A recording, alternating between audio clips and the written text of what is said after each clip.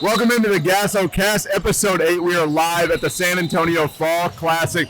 As you can hear, we got games going on all around us. Again, I'm your host, Ryan Massett. I'm joined by Mike Timmons, Blueser Tucci.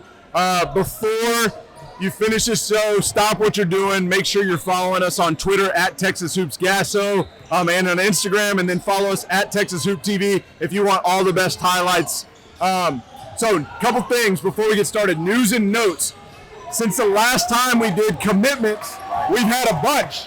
So I want to make sure and hit on these guys. Brandon Walker, UTA. Terrance Arceneaux, Houston. Chancellor White, Louisiana. CJ Ford, Northern Arizona. Dubem, Mouneke, Abilene Christian. Kyeron, Lindsay, UNLV. Anamekwe, SMU. Sean Elkington, St. Ed's. And Jesiah McWright, Louisiana Tech. Congratulations to all those guys. Absolutely. Any fits that stand out to you? Well, I just want to start with saying, anytime a local kid can stay in a local situation, there's 3 on this list that pop out right away, with Brandon Walker at UTA, Anamekwe at SMU, and then I think the most notable one was Terrance Arceneaux at Houston. I think anytime you can get a guy to stay in town, it really helps build more of a culture around that program. And that's what the Sampsons have done out there. The staff at University of Houston, they have kept the best players in the city.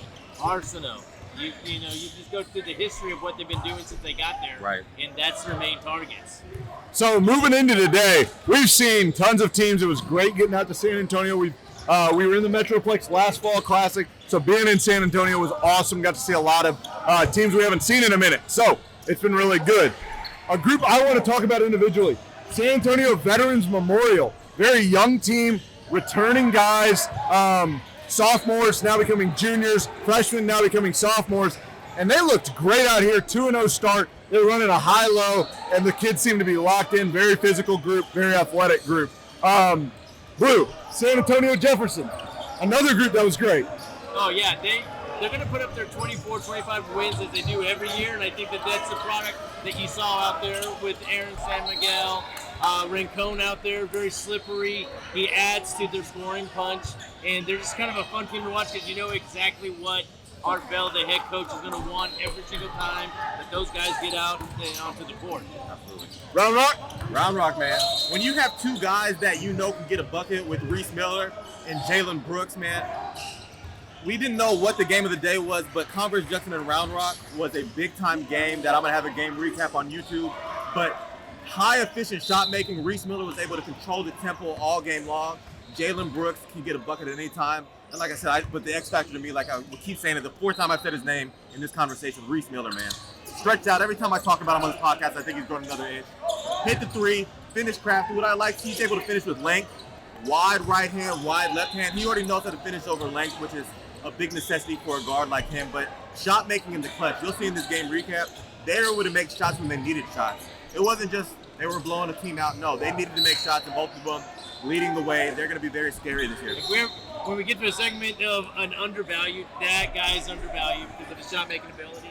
Also with newcomer Jason Ward, can go out there, hit shots, handle the ball, let Reese go out and run the lane. And I think that they won both of their games in overtime. Yeah. So they're already getting tested, and they're proving that they're out here, that they're going to come compete. Yeah, every time I walk by a coach, I'm like, have you seen Reese Miller lately? Have you seen Reese Miller lately? Absolutely. He's great. Every game, he's great.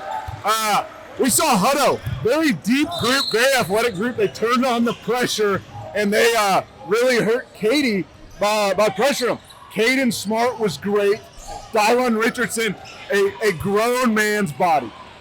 Yeah, and especially with Caden Smart, you talk about a guy that's going to hit a 3, but when he's getting guarded, he's going to step out and hit the 22-footer, and he's not going to be scared to just let it fly, and they're going to play pressure, like you said.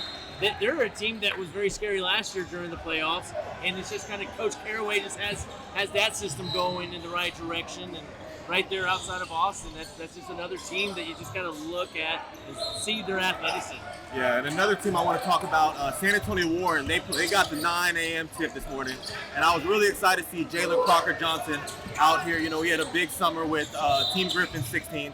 I always like to see when a kid like that plays on a high-level circuit like the EYBL, I like to see how he comes back to his high school team. And a lot of times the game slows down, and it did for him. I like the way they run sets for him to get downhill because he's a very versatile big that can play inside and out. But the one guy I walked away from that really got busy was Xavier Kirk.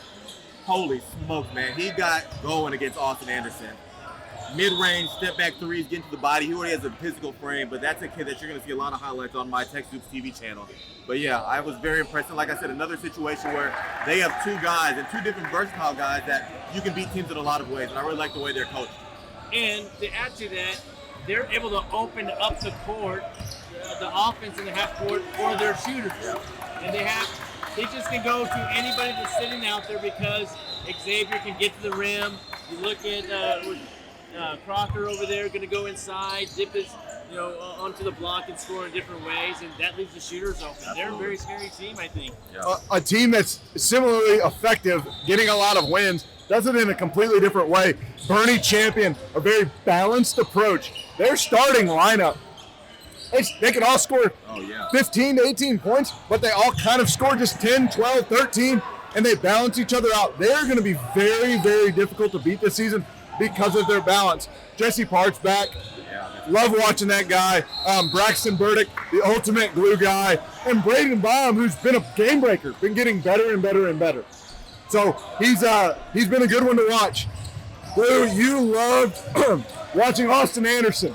They came to a few GASOs, and then they played here today. I think the one guy that, obviously Jack Francis, which you can touch on in a second, but Bennett Blackerby, he was really good as just the ball handler facilitator. Then he's over there dropping down perimeter shots. Well, they all do that, and they all stand out in different ways. They went 3-0. They had 3 games. They went 3-0 this weekend, and their guard play is pretty scary, especially when they're in 5A down there, that Region 4. This team is built a little bit differently this year because they all have confidence, everybody can shoot it, and they play together as a team. And Mike Wagner's another guard I like a lot that has a little bit of a flash and sizzle to what they have going on. He likes to push the pace, and I think he's one of the guys that brings a lot of energy. He makes a nice behind-the-back pass, things like that. Just gives him a little flair and a little attitude. Another team that caught my eye, San Antonio Churchill. They're built different. Yeah. Macaulay Roberts is a different level athlete that we've kind of seen in the past from a group like that. You really like watching Garrett Schmitto. He made a lot of plays, got downhill. Who else stuck out for them? They had another guard. Jack Adams shot the ball well. Evan Ben, the big one thing I like about them is when you walk on a court, you don't see a high school team for the first time since we have a lot of these San Antonio teams. Churchill has a lot of size. Yes. A lot of size, a lot of big guards, a lot of paint presence. They stand out, and that's one thing that caught your eye, Blue. Oh, yeah. 3-6-5 guys. Coach Lacey still thinks they're a year away, and rightfully so. There's somebody that we haven't talked about Churchill. Who talks about Churchill? But like you said, with Jarek Schmitto, he's a quick trigger guy. He probably has to slow it down just a tad to get a little bit everybody involved. But when you look at 6'5" Evan Ben, who can go inside out, play a little bit of a pick and pop role, they have a lot of really just intriguing pieces. And they're going to beat some teams because of their size and their presence inside to go rebound. Now moving into a different little segment we're going to call This and That. We're basically going to bring up a name, and we're going to just talk about him, okay? And give him maybe a little sentence. I'm going to kick us off. Matthew Soto, Somerset. High efficiency, high usage. Wasn't playing with hard work with the 2 other point guards. Shane Paralis on a visit. I got to see him be the man today. Made great decisions. I love watching Matthew Soto. He is a consummate team player. For me, Trey Blackmore, he's playing right now as we speak, but the game prior to this, man, when Trey Blackmore hits the 3, he's almost unguardable because his change of pace, it's hard to stay in front of him. He loves getting to the mid-range, which is a lost art, but he does it pretty. And I'm a highlight guy a lot. I have Ron, who's behind the camera right now, just broke down a highlight of him that we'll post here pretty soon. But when he's hitting the 3, he's strong enough body, gets to the rim. He's all 3 levels score that you can't really stop when he's feeling it. Caden Cooper, 2024 from San Antonio Madison, was their 5-man last year. This year, he's out there being everything that you want from a guard. He's more of a natural position, knocking down threes like one after another. Haven't talked a whole lot about San Antonio Madison over the last couple of years, but Caden Cooper, he's going to be the guy for them.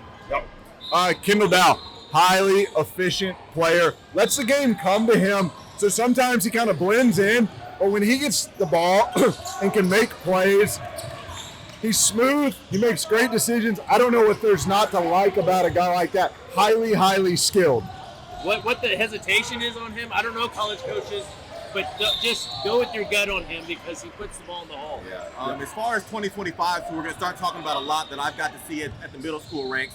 Cameron Gardner from John Jay plays with a high IQ, way beyond his age. He looks like he's already a sophomore, junior, senior out there, but his body control is like no other. That's the person that stands out to me.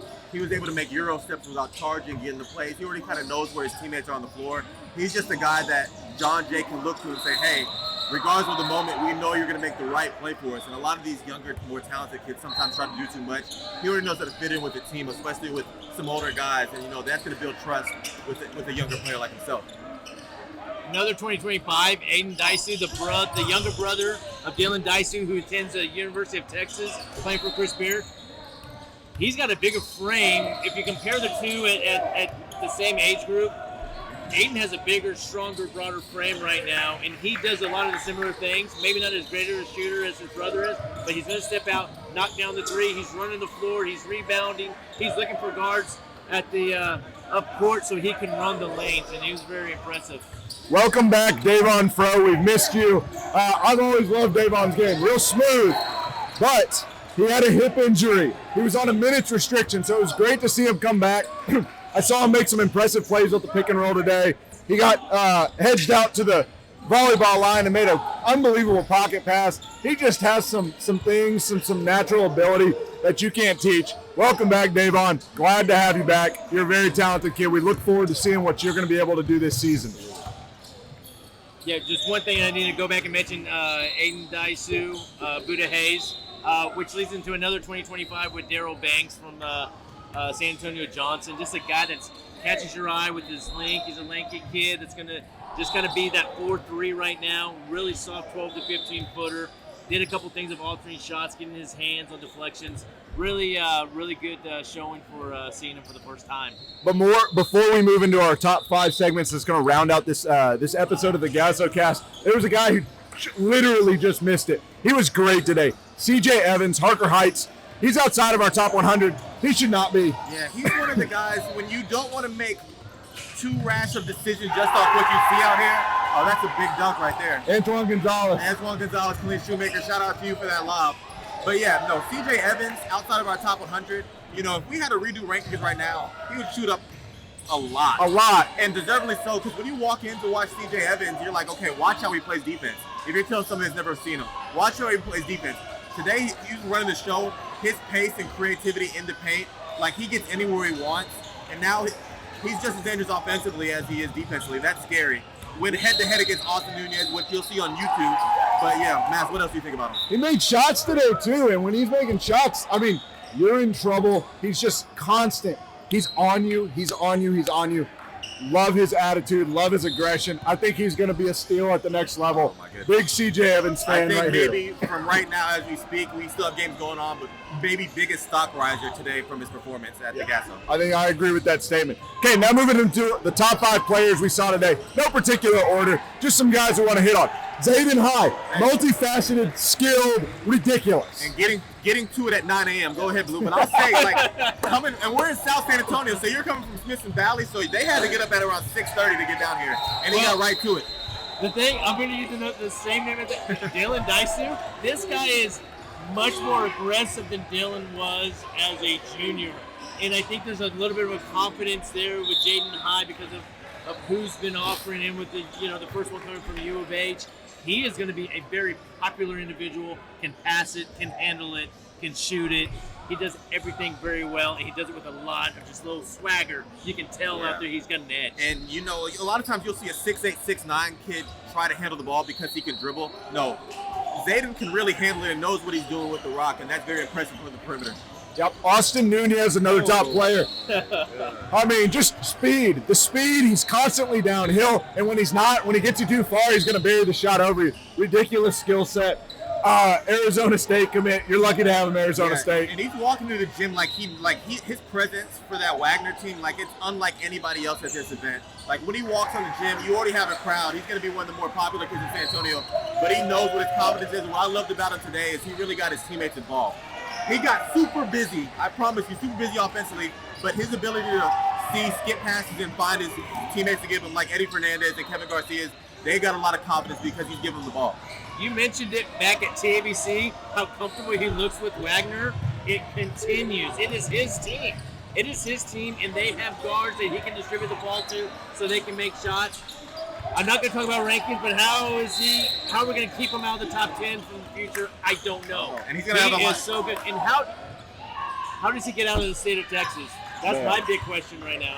How does this guy get recruited out of the state of Texas? Because he is that good, and he proves it twice today. What a performance. And like I said, highlight guy, you'll see plenty of them.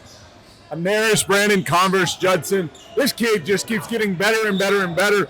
Played with Texas Impact down the stretch of the summer season, and it showed out here. The game was slow for him. Yep. He was knocking down shots. That's the difference in his game. When he can start stretching the floor and beating guys off the dribble and using his creativity, strength, physicality, and now he's knocking down shots, look out. And I talked to him. We talked to him off camera, and he said that he benefited from playing in the Under Armour circuit with the shot clock. He said his decision-making, the game's kind of slowed down. He knows that sometimes taking the first shot might be the best shot. And he's not even thinking about the jump. He's just shooting it right when he's open. And he hit a lot of threes. And like I said, in that Round Rock Judson game recap I have on YouTube, you'll see he was really getting to it. A guard with athleticism, come and get him.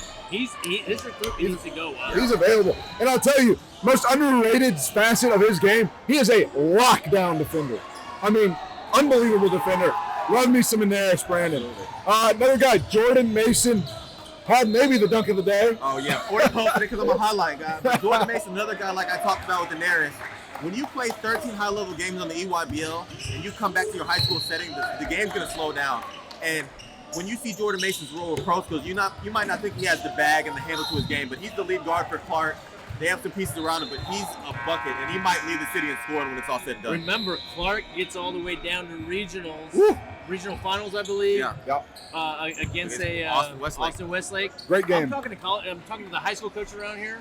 They're pinpointing back at Clark because when Steve Silverstein is going to be on the sideline, there's two things going to happen. He'll slow the game down naturally, and secondly, he's going to make sure that Jordan Mason has the ball. Absolutely. And I like the pieces around him. He has some shooters. He has the big kid transfer From Utah. Yeah. from Utah. We're blanking on his name, but he. Let me get it. Hey, We need to give him the shout out. Give him his love. The story that I'm hearing. Ethan Crowley. He was great. And I'm hearing that he's a transfer from Utah. You can correct us when you listen to this.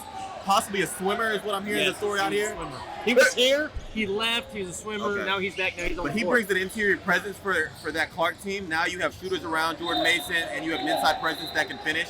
And he finished with authority a couple times today. Deceptive athlete. Yeah. Really deceptive athlete. The last guy to round up our top five, Jamiron Keller.